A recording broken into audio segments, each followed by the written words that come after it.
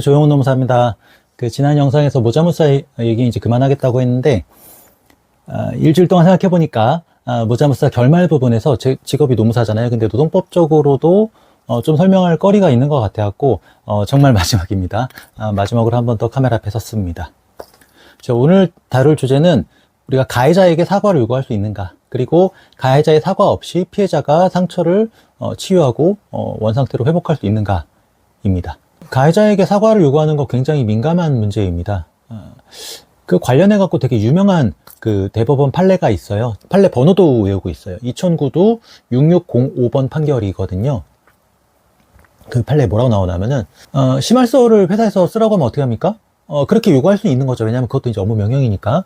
근데 그 심할서 요구가 형식은 심할서이지만 사실은 사과나 반성의 내용을 담아서 반성문의 형태로 내라고 하는 요구, 이런 경우에는 인간이 가지고 있는 내심의 윤리적 판단을 강제하는 것으로서 헌법이 보장하는 양심의 자유를 침해한다. 헌법 19조의 양심의 자유 나오죠. 양심의 자유를 침해하는 것으로서 심할서를 뭐 쓰라고 하는 거에도 이제 회사 나름대로의 그 취업규칙의 그 근거 규정이 있을 거잖아요. 그러한 취업규칙 규정은 법률에 위배된 것으로서 무효다. 뭐 이런 유명한 그 판례가 있어요. 그러니까 어떤 법률에 위배됩니까? 근로기준법 96조 1항에 보면은 취업규칙은 법률을 위반할 수 없다고 나오거든요. 근데 헌법에 위반하니까 그건 무효라는 거죠. 그렇기 때문에 사과문을 써서 내라고 하는 거는 거부할 수 있는 거죠. 왜냐하면은 정당한 업무 명령이 아니니까. 그걸 거부했다고 해서 징계를 받으면은 그 징계는 무효가 되는 거겠죠. 근데 이제 요즘에 또 보면은 뭐 이제 직장 내 괴롭힘이라든가 성희롱 사건의 경우에 이제 피해자가 가해자의 사과를 요구하는 경우가 되게 많아요. 그래서 뭐 공개 사과문을 써갖고 어디 뭐 그룹에 올리라거나 뭐 이런 거를 이제 조건으로 제시하는 경우가 많거든요. 그래서 이제 인사 담당자가 그 가해자한테 피해자가 사과문 쓰라고 하니까 사과문 써서 내라고 하면은 그게 또 괴롭힘이 될 수도 있거든요. 뭐 실제로 이제 그게 괴롭힘이다. 뭐 어떤 그 직원들을 다 모아놓고 그 앞에서 사과를 시켰다. 그게 괴롭힘이다라는 또 하급심 판결들이 나오고 있거든요. 제가 이제 판례 번호 밑에 이렇게 적어드리겠습니다. 왜 그렇습니까? 바로 양심의 자유를 침해하는 거기 때문인 거죠. 사실 그 가해자가 사과를 하면은 피해자의 그 상처를 치유하는 데에 굉장히 도움이 될 것입니다. 그런데 문제는 그 가해자도 사과를 하고 싶어 하지 않는다는 거죠.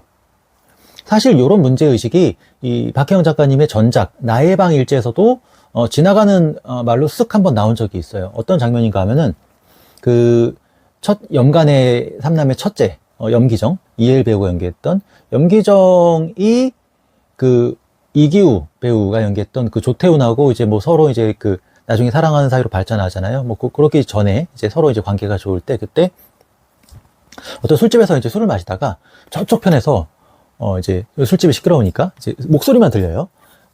저한테 사과하세요! 이런 그 목소리가 들려요. 그때 이제 염기정이 저런 말은 너무 폭력적이에요. 이렇게 이제 말을 하거든요. 그러니까 이제 앞에 있던 조태훈도 그렇다. 이렇게 이제 대답하는 장면이 나옵니다.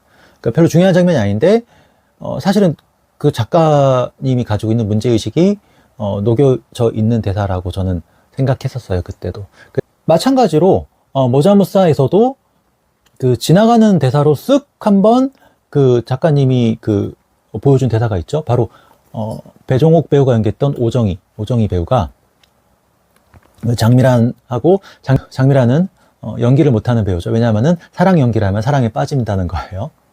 그래서 이제 정현우라는 상대 역하고 뭐 멜로를 찍다가 이제 사랑에 빠졌는데 정현우는 그게 또 이제 아니라고 하고 뭐 이제 이런 거 갈등이 나오죠. 그래서 정현우의 여친인 그 한승아인가 뭐 문지원 배우가 연기했던 그 장미란이 미용실에 들어오니까 한승아가 막 이제 고개를 젖히면서 막 웃고, 그게 뭐예요? 조롱하는 거잖아요. 그래서 이제 장미란이 이제 막 패죠. 그래서 이제 그 피해자가 뭐 그 사과를 받겠다고 이제 어떤 합의를 하는 그런 자리가 만들어졌던 건데, 그때 그 이제 오정희가 딸이 사과를 잘 못할 것 같고 뭔가 그 사건이 잘 마무리 안 될 것 같으니까 이제 직접 등판하죠. 등판해갖고 이제 해결하려고. 그때 지나가는 말로 하는 대사가 이 마음에 쏙 들게 오케이 사인 떨어질 만큼 깔끔한 사과 장면 안 나온다, 이런 말 하죠. 이 말 굉장히 좀 전곡을 찌르는 말인 것 같아요. 그러니까 사과를 하는 사람도 그렇고 사과를 받는 사람도 그렇고 정말 그 사과 받는 사람이 원하는 그런 형태의 그 완벽한 사과는 어렵죠. 그리고 또 사과를 하는 입장에서도 그런 사과를 하기가 어렵고, 그런 사과를 할 정도의 사람이라면은 그런 잘못을 하지도 않을 것이고, 그 다음에 이제 문제는 각자의 입장, 위치성이 있다는 거죠. 그러니까 이 장미란과 그 한승아, 이들 간의 관계도 폭행의 가해자인 거는 한선아가 분명하지만, 장미란이 분명하지만, 그 전에 또 이제 뭐 폭행을 유발한 막 그 조롱을 하는 또 그 조롱을 거기서는 또 이 사람이 또 이제 가해자인 거죠. 이렇게 이제 가해자와 피해자의 구분이 이렇게 모호한 경우가 많이 있습니다. 실제로 제 사건을 할 때도 그렇고. 사실 또 황동만하고 박경세의 관계도 그렇습니다. 그 황동만하고 박경세도 보면은 오름이 가짐이 둘이 보면 똑같은 일종의 거울상 같은 존재이죠. 그런데 다만 이제 박경세는 데뷔했고 뭐 성공도 해본 적이 있는 스타 감독이고, 황동만은 뭐 20년째 이제 데뷔를 못했던 감독 지망생이고, 이렇게 이제 그 어떤 각자 서 있는 위치가 달라지고, 그러면서 이제 사이가 멀어진 거죠. 황동만이 이제 그 박경세가 만든 작품에 대해서 이제 막 악플 달고 뭐 그렇게 하니까, 황동만이 그것만 보면은 가해자인 것 같은데, 또 다르게 보면은 이 박경세를 비롯해갖고 이제 8인의 멤버들은 자꾸만 또 이제 황동만을 따돌리려고 하고, 이런 거 보면 또 이쪽이 또 가해자인 것 같고, 피해자와 가해자의 정체성이 막 섞여 있다는 거예요. 그 이 두 사람의 이제 관계도 막판에 가서 이제 정리가 되는데, 박경세가 이제 뭐 절연을 선언하고, 거기다 대고서 이제 황동만이 또 이제 독설을 쏘아붙이죠. 그러니까 이제 박경세가 막 너무 열받고 막 이제 또 뭐 막 슬프고 해갖고 이제 엎드려갖고 우니까 황동만이 통쾌할 줄 알았는데 사실은 그게 아니었어, 감정이. 그래서 이제 가서 자기도 이제 엎드려서 사과를 하죠. 사과를 합니다.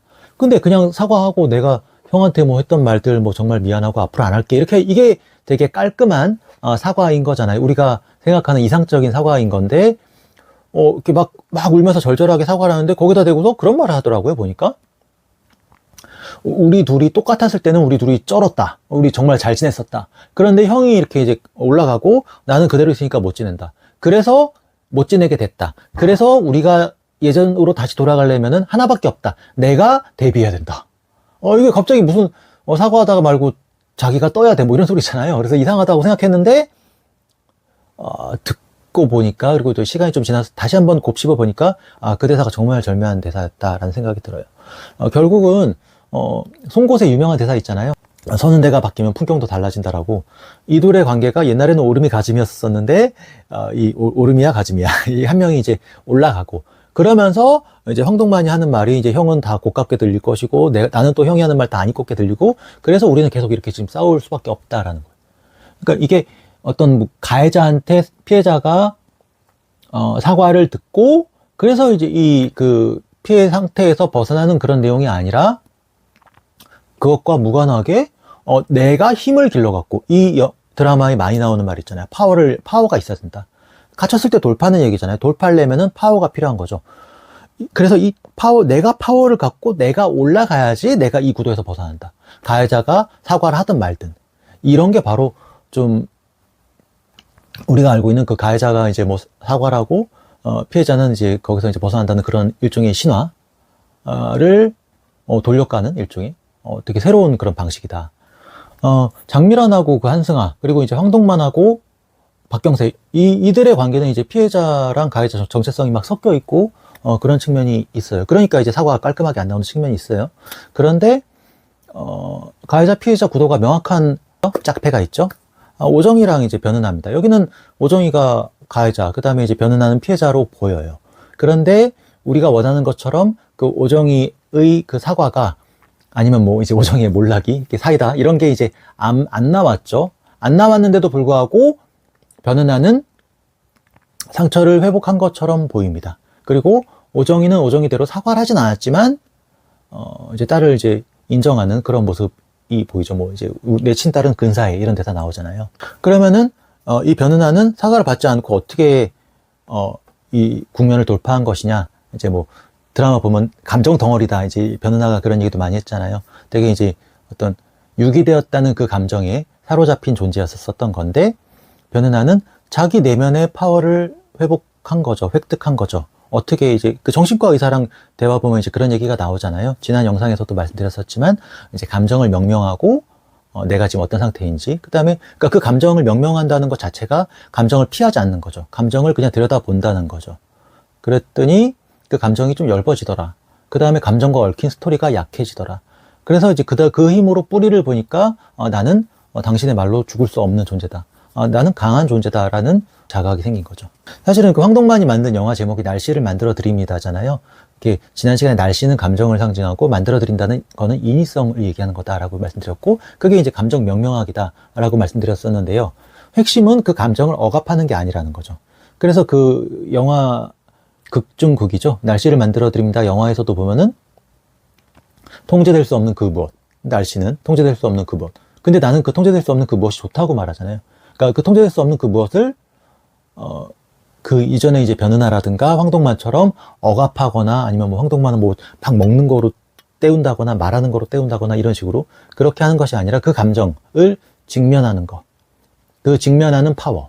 그걸로 그 이들이 갖고 있었던 처지 아니면 어떤 그 병리적인 상태를 돌파하는 내용이 바로 이 작품이었다. 이렇게 보입니다. 제가 유튜브 쇼츠에서 되게 재밌는 영상을 하나 봤는데요. 그 정신과 의사 최명기 선생님인가?